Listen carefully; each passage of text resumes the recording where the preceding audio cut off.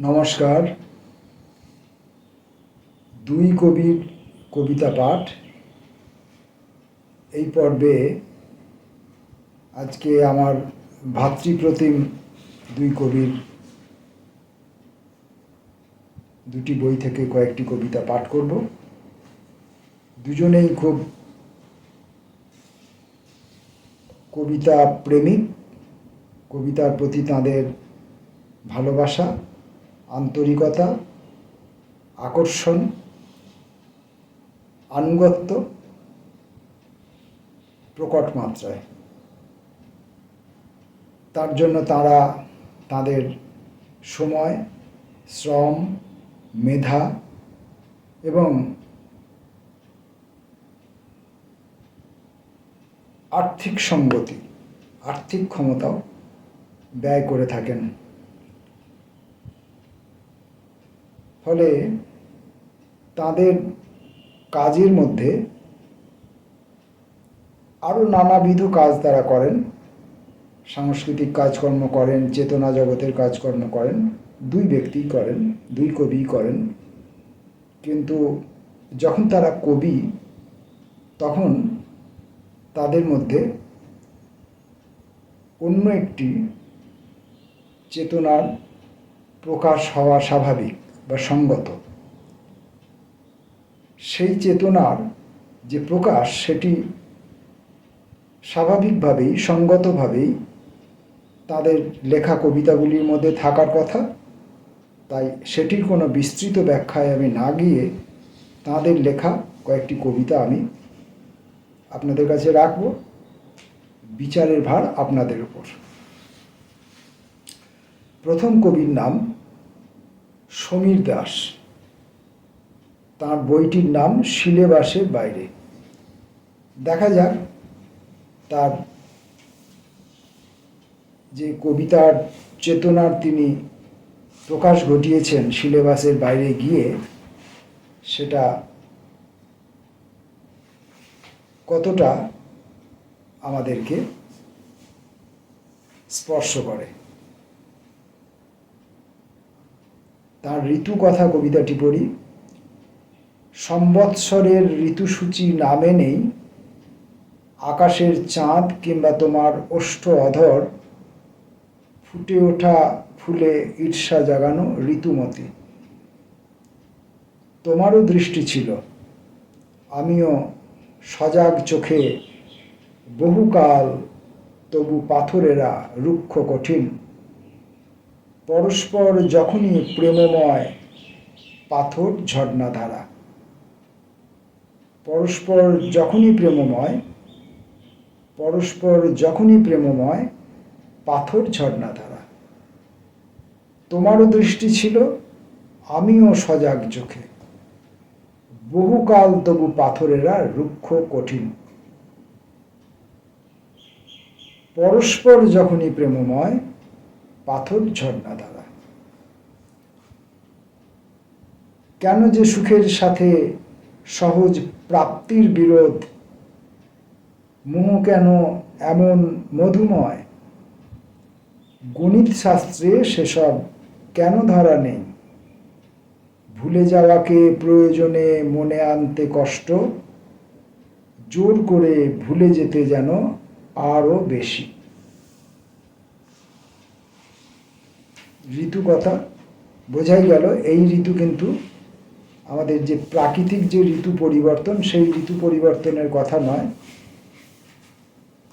কবি চেতনায় যে ঋতুর প্রবেশ, প্রাদুর্ভাব, সেই কথা।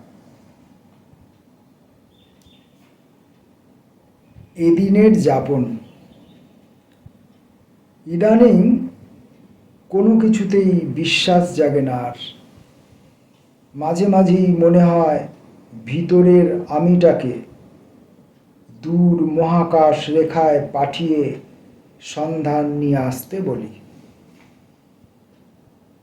পৃথিবীটা এখনো আলো অভিমুখে কাত হয়ে ঘুরছে কিনা। তুমিদের সকলেই কি অন্ধকার অভিলাষী আজ? কেবল ধূর্ত বিলাসী হতে অনিচ্ছুক, এই অপরাধে কত নিষ্পাপ আমিদের মৃত বৃক্ষের মতো রুক্ষ হয়ে যেতে দেখেছি। কেবল তুমি খাতে ভালোবাসাটুকু প্রতি আমিতেই জাগে বলে এখনো অনন্য এক ভোরের স্বপ্নে বাঁচা।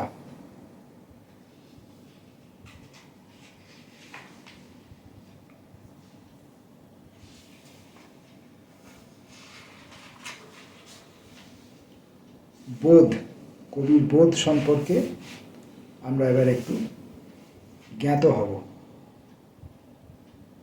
হঠাৎ জেগে উঠলেই ভোর নয়, একথা বুঝতে বুঝতে কত রাত মাঝরাতে জেগে বসে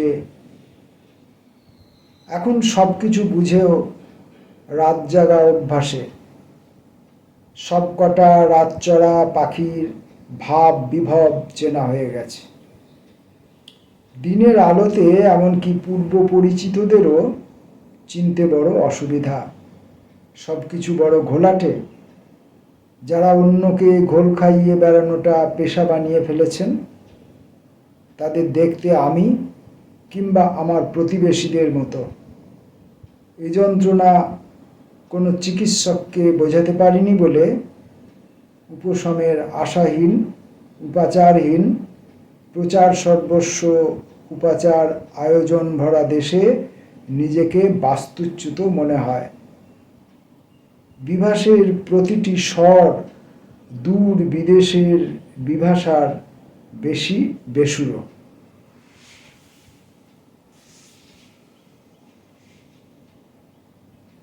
দ্বন্দ্ব।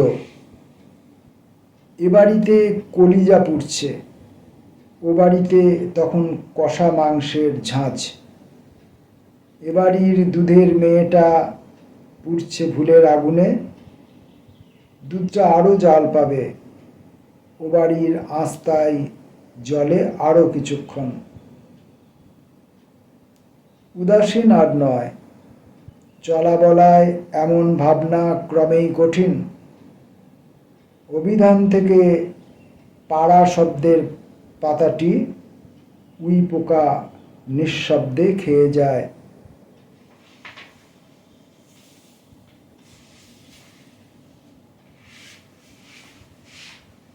সমীর দাসের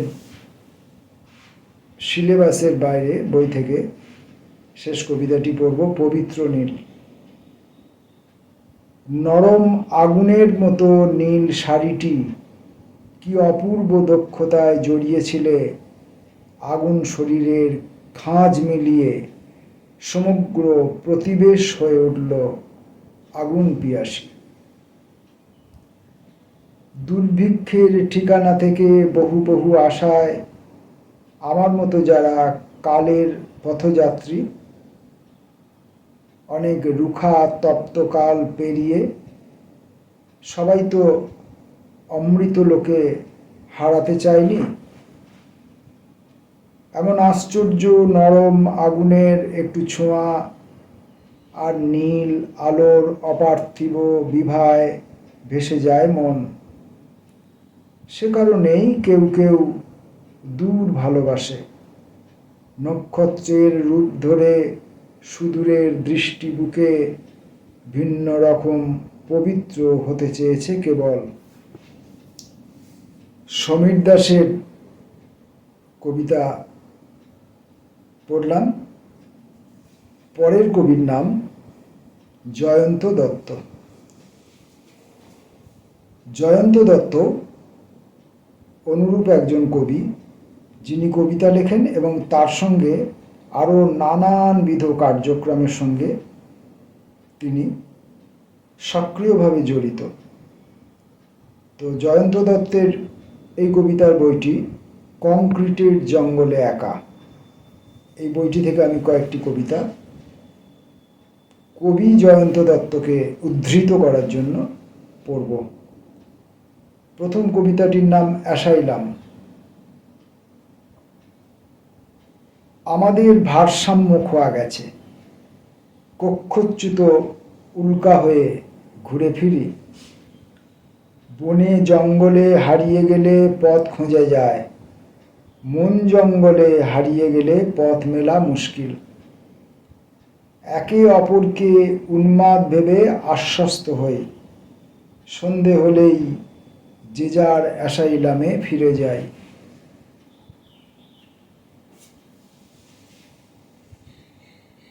কবি বলছেন, বন জঙ্গলে হারিয়ে গেলে পথ খোঁজা যায়।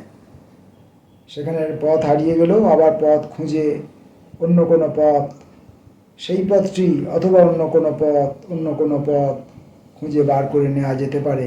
পথ নিজে তৈরিও করে নেওয়া যেতে পারে যদি আমরা বন জঙ্গলের মধ্যে হারিয়ে যাই। কিন্তু মনের জঙ্গলে যদি হারিয়ে যাই তাহলে সেই পথ খুঁজে বার করা খুব মুশকিল। সম্ভব নয়, কথা কবি বলেননি, নিশ্চয়ই সম্ভব।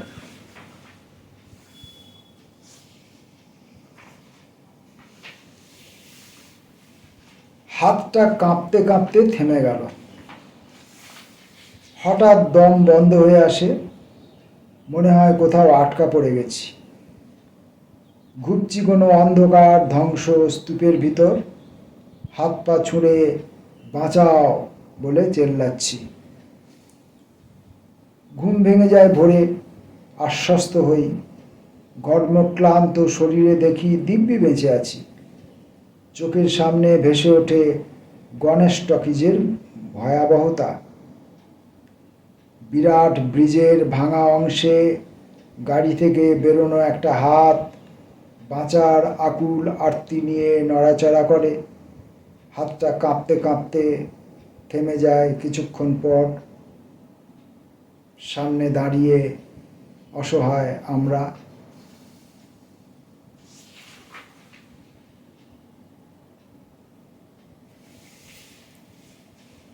শব্দগন্ধে ঘেরা।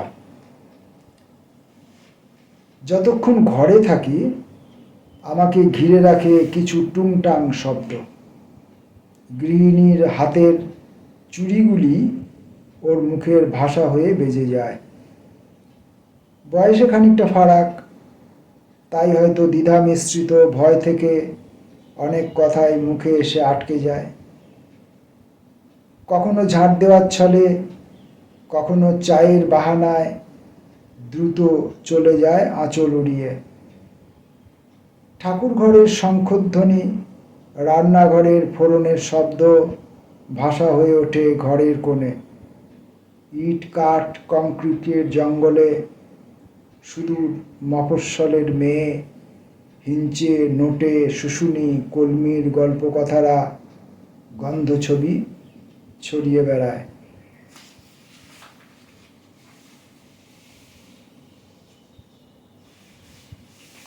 সত্যের কাছাকাছি। বহুদিন আগে দেখা একটা জাপানি ছবিতে গভীর জঙ্গলে পাওয়া যায় এক মৃত মানুষ। সমাধানের উত্তর খোঁজা শুরু হয় তারপর, কখনো পথ চলতি মানুষের জবানবন্দি দিয়ে, কখনো এক কাঠকুড়ানির অনুমান নির্ভর করে, এবং সবশেষে মৃত ব্যক্তির স্ত্রীর বক্তব্য ধরে। তবু শেষমেশ উত্তর মেলে না বহু প্রশ্নের। আমরা গূঢ় সত্য অনুসন্ধান করি অপরের চোখ দিয়ে। সব প্রশ্নের উত্তর মেলে না সব সময়, সব সমস্যার সমাধানও হয় না। হয়তো সত্যের কাছাকাছি পৌঁছানো যায়, দূরে সরে যাওয়া মানুষগুলো কাছাকাছি আসে। আসল সত্য ধরা পড়ে শুধু বিবেকের কাছে।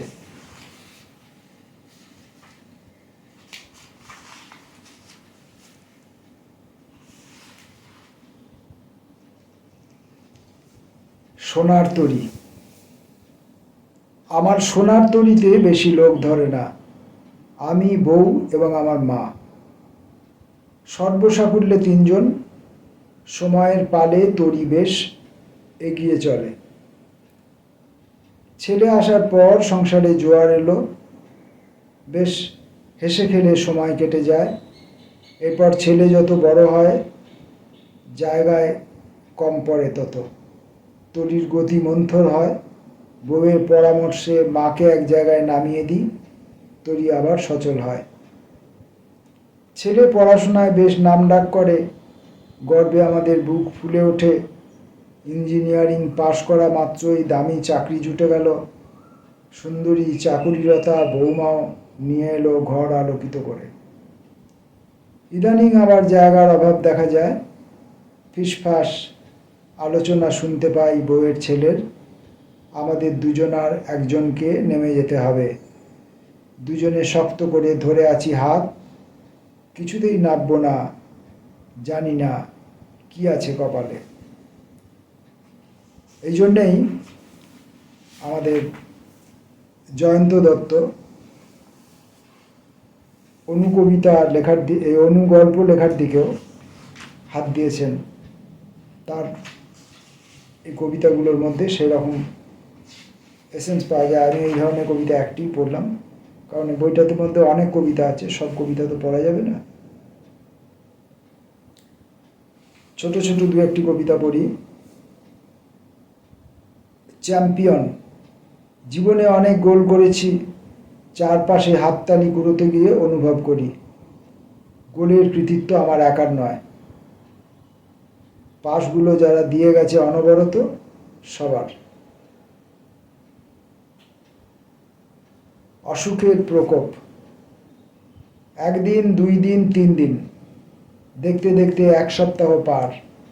আশেপাশে বেডগুলো ফাঁকা হয়ে যায়। আমার অসুখ সারে না, অসুখ এখন শরীর ছাপিয়ে। ফাটল। বাবা চলে যাওয়ায় ভিত কিছুটা নড়বড়ে, তবু খুঁটিগুলো অটুট। ইমারতটা খাড়া ছিল, ইদানিং খুঁটিগুলোতেও চির ধরেছে। মা আমার জোড়াতাপ্পি লাগিয়ে যায় শুধু।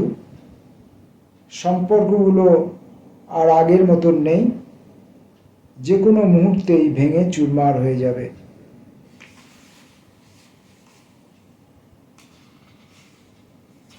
পরের কবিতাটির নাম যে রাতের কোনো সকাল নেই। কোনো রাত ভীষণ দীর্ঘ হয়, ঘুম আসে না। হাসপাতালের জানালা দিয়ে চেয়ে থাকি, ওই বুঝি কালো আকাশ ফর্সা হয়ে আসে। অন্তিম প্রহরে পাখিদের ডাকাডাকি শুরু। সমস্ত প্রকৃতি ভোরের প্রতীক্ষায়, অপেক্ষায় আমিও। কখন কাটবে জীবনের কাল রাত্রি।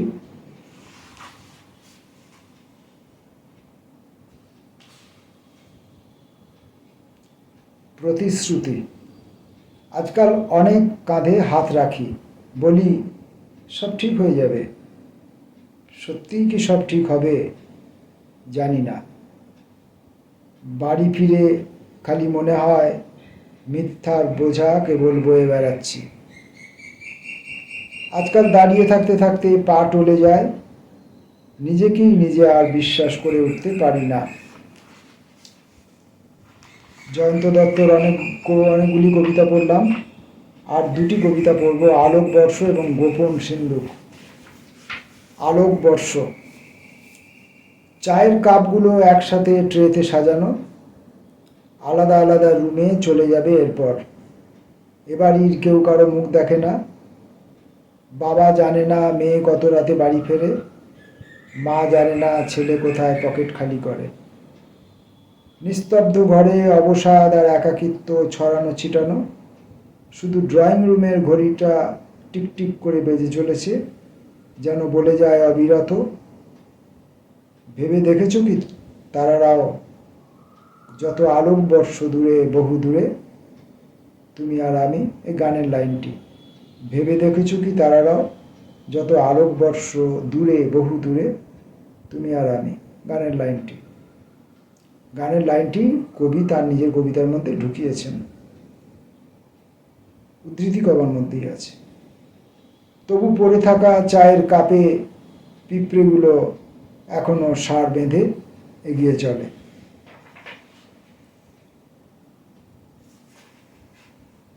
গোপন সিন্ধুক। যা কিছু চেয়েছিলে সবটুকু উজাড় করেছি। অর্থ, অনর্থ, ভালোবাসা, মন্দ লাগা, পার্থিব, অপার্থিব, তবু শুনে গেছি, আরও দাও আরও। সবটুকু চাইলেই কি দেওয়া যায়? দিতে পারিনি। গোপন কিছু কথা, বইয়ের পাতায় লুকানো স্মৃতি, ঝরে পড়া ফুল, শুকিয়ে যাওয়া নদীচর, লুকানো ড্রয়ারে জমে থাকা এক প্যাকেট নস্টালজিয়া, ওগুলোই তো বাকি জীবনের রসদ। কংক্রিটের জঙ্গলে একা যে জয়ন্ত দত্ত, তার কয়েকটি কবিতা আমরা পাঠ করলাম। সমীর দাসই হোক আর জয়ন্ত দত্তই হোক, যে কোনো কবির কবিতাই হোক, আমি বেছে পড়ি না। আমি বইটার বিভিন্ন জায়গা থেকে পড়ি। কোনো কোনো বইয়ের শুরু থেকে পরপর পড়ে যাই, আবার কোনো কোনো বইয়ের বিভিন্ন জায়গা থেকে হঠাৎ যখন যেখানটায় চোখ পড়ে সেই জায়গাটায় পড়ি। এতে করে আমার কোনো পক্ষপাতিত্বের অবকাশ থাকে না। আমি শুধু ভালো কবিতাগুলি পড়ব। হয়তো এমন কিছু কবিতা আছে যেটা একজনের ভালো লাগে আর একজনের ভালো লাগে না। হয়তো এমন কিছু কবিতা থাকে অনেক লোকের ভালো লাগে, খুব কম লোকের ভালো লাগে না।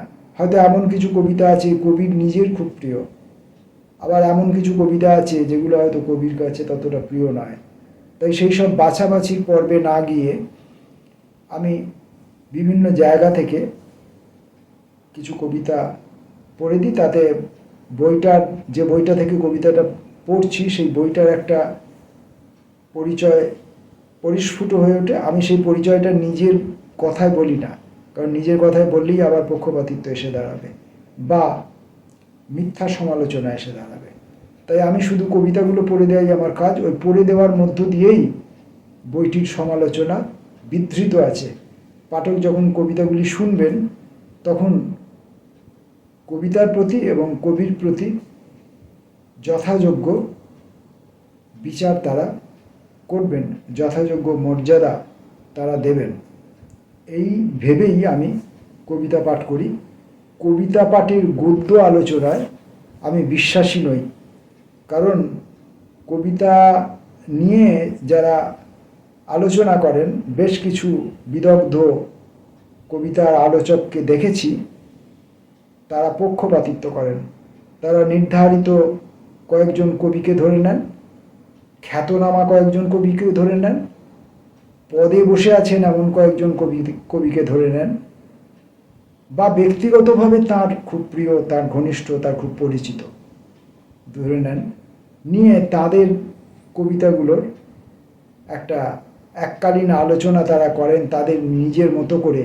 এবং তাদের পড়াশোনার যে অন্য ব্যাপ্তি আছে, অন্য জগতের যে ব্যাপ্তি আছে, সাহিত্য জগতেই অন্যান্য ভাষার দেশি বিদেশি অন্য কবিদের যে কবিতা পড়ার তার যে জ্ঞান আছে, তার যে প্রাচুর্য আছে, তার যে মেধা আছে, তার যে মস্তিষ্কে তার যে ডেটা আছে, সেই সবগুলো দিয়ে তিনি একটা তুলনামূলক আলোচনা করেন, করে তার প্রিয় কবিকে তিনি তুলে ধরেন।